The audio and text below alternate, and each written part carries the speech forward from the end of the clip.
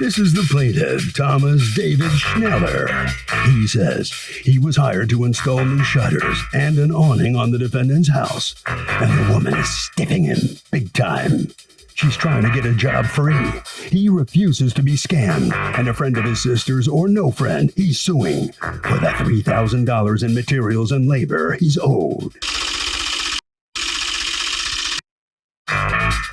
This is the defendant, Kira Kiefer. She says the plaintiff botched the job by making the awning too small. And when it rains, her porch gets wet. Who wants an awning that doesn't cover a porch and protect it from the rain? Not her. Oh, and for his shoddy workmanship? No way. She's accused of being all wet. The defendant has filed a countersuit for $1,350. The cost to remove the inferior awning and fix the job. All parties, please use your right hands. Welcome back to the People's Court. Next case on the docket. The plaintiff says the defendant is stiffing him on an awning and shutter job he performed and says she will not pay the money. But the defendant says the guy botched the job, it leaks, and she's not paying a penny. It's the case of shutter bugged. Thank you, Douglas. You're welcome.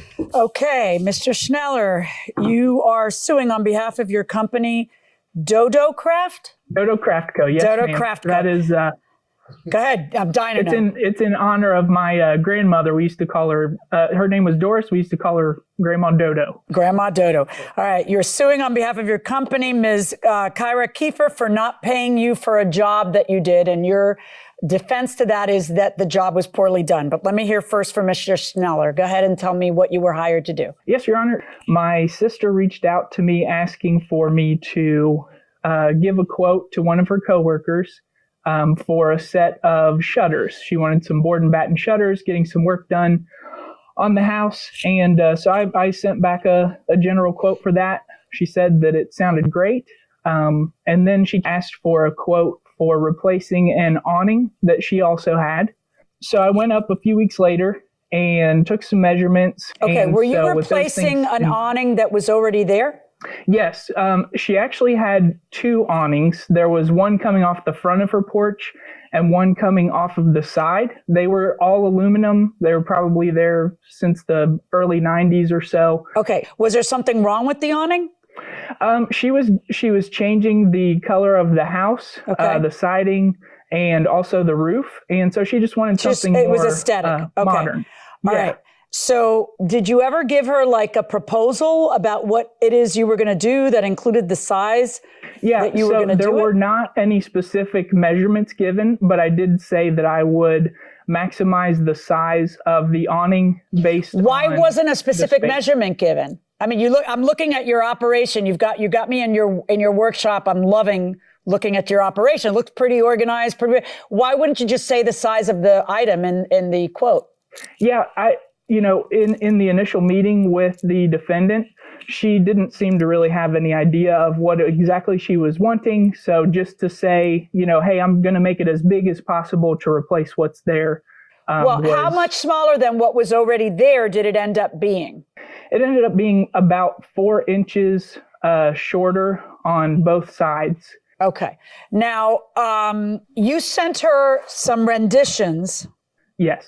Okay. Photos given to me by David of the concept. No drawings or measurements ever received or approved. Well, let me ask you, Ms. Kiefer, this is evidence that you provided. Sounds like you were trusting him and you were kind of leaving it up to him. Yes, I would say that's definitely my fault for not having a contract, first of all, with all of the measurements. Unfortunately, all I had were these concept drawings, which when I looked at them, I actually thought they were going to be larger than what the original awning was. And so I had no issues of thinking that it was going to be cut short on both sides. Is this a picture of the awning that was there? Yes, that's the original. So what was the problem, Ms. Kiefer? Tell me what your complaints are. So the initial response when he was building it was that it looked great. I saw the cedar wood being put up and all of that was fine. And on the second day when he came out, he installed the metal roofing. And that's when I noticed that it was cut short on both sides. One side was 6 inches short and the other side was 7 inches short. And until it actually rained, I didn't realize, necessarily that rain was going to be an issue.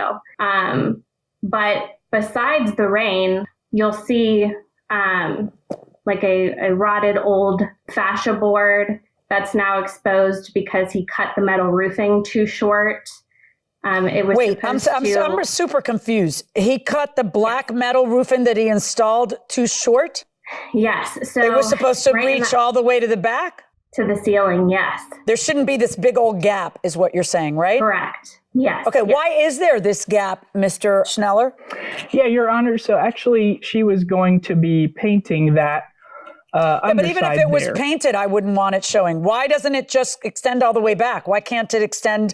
Why can't it be big enough to cover all your lumber? So the fascia board that's shown there, that's got the rotting wood and everything, in order for me to extend the metal back, I would have to modify that fascia board, cut about 3/4 of an inch off of it. And this work was completed after the roofers had already done everything with the flashing. I don't understand. From the beginning, was this how you planned for it to look, or did you have to adapt and make it look this way? That's what I'm not getting, because no one would plan to have this big gap there.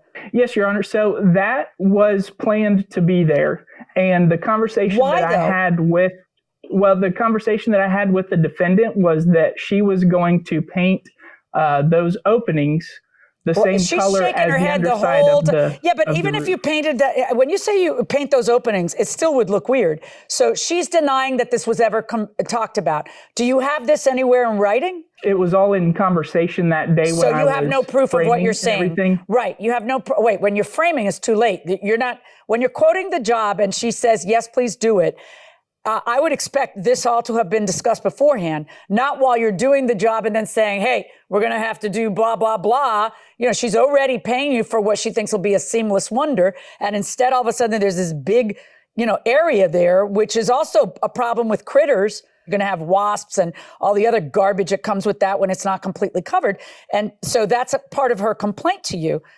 Wow, I bet your sister wishes she had never put you two together. Are you working with the sister still now? Yes. Is it awkward? We don't discuss this. But are you still friends? Yes. That's nice. Are you still talking to your sister? To keep it separate. Mr. Schneller, are you still talking to your sister? Oh, yeah, absolutely. Okay, this is not her fault in the least. That's why I don't recommend anybody ever. What did he say to you when he's installing and says, oh, it's going to have to end here? What does he say to you? So I came home from work on the second day after he had, installed the metal roofing, and the structure is like 1/8 of an inch off to where that metal roofing could have fit all the way to the ceiling. And so what he tried to do was he actually tried to chip away. You'll see in my photos, I've circled kind of like a zoomed in picture of that cove. And he basically tried to chip away at that board in order to slide it up, but it actually did not work. So if he would have built the structure like literally 1/8 of an inch lower, that roofing would have slid all the way to the top and completely enclosed that whole surface. Yeah. How much did you pay him? So far, I paid him nothing. Nothing. Okay. And that's why he's suing you, because he wants his labor. Did you rip the whole thing down? No, it's all still there. All right. And what is your intent? My intent is to completely remove it and have someone do it correctly. And according to you, it was structurally unsound, correct? Yes, I hired engineering, and they came out and did a full analysis and found that it was not structurally sound. The 2x4 cedar support beam that he used, he connected it with 2 wood screws, which is not code. And then the connection of the cedar support beam to the actual columns were found deficient as well. Your Honor, at some point, if I may make a comment about code. Yeah. So I reached out to the Cincinnati Municipal Code Enforcement Office, and I have references to what this structure is, and it does meet what it is that the municipal code requires. Okay. I don't know what that means. Do you have an opinion by an official from the city that this is structurally sound? Is that what you're saying? Yes, from the Cincinnati Municipal Code itself. I have No. That's your interpretation of a code. Listen, I got to be honest with you. Yeah, she had me at that big, disgusting gap. She had me at that. You should have built it lower so you could slide the whole thing. Well, what did you think? That she was going to pay for that and have the gap? Just smack some paint on it and paint it. I mean, come on. This is a problem. Well, Your Honor, it's not only a problem because you're not going to get paid. It's a problem because you're going to pay. Because now she has to rip it down. So on your lawsuit against her, 0. And on her claim against you, I am not going. No, I'm done. And so are you. On her claim against you, time with prospective contractors, no, you don't get that. All right. But you do get the cost to remove the awning, and you do get the structural analysis report that you had to get in order to be able to prove your case as a cost of your case. I'm finding in your favor in the amount of $1,045. Mr. Schneller, have you learned anything from this? Yeah, from this point on, regardless of family or friends or family friends or anything, I've been much more specific with contracts. I've put in, this may get wet in the rain if it is an outdoor structure. But yeah, I just, learned some things to be able to move forward. So. Well, good for you. All right. All is not lost then for you. Let me ask you, Ms. Kiefer, have you learned something from this? Yes, I will definitely be there on the spot with watching every move for sure. Then you've learned something too. Good for you. All right, that'll do it for this case. Harvey? Doug, this is just another example, and I'll say it simply and quickly. Pictures and photos are king in court. They tend to prove the concept, the maxim, a picture is worth 1,000 words. By the way, so is a video. Judges, what is the statute of limitations for trying to get your money back after you were awarded a judgment? So it depends on the state. Every state has a different rule about that. Some states it's 10 years, some states it's 20, some states it's 10, and then you can renew it for another 10 by applying to the court. So you have to check the state that you belong to. You're right, it varies. You got to check the laws in your own state. And if you can renew it by going back to court and filing an affidavit, explaining, hey, I can't find this guy, I'm a hot cup of coffee behind him. Or he just never has any money. Or he's never got any money. He hasn't paid and I can't, Then you might be able to renew it indefinitely, right? Yeah, it's a problem for them. So your objective is to get paid, then you want it out there as long as possible. Exactly.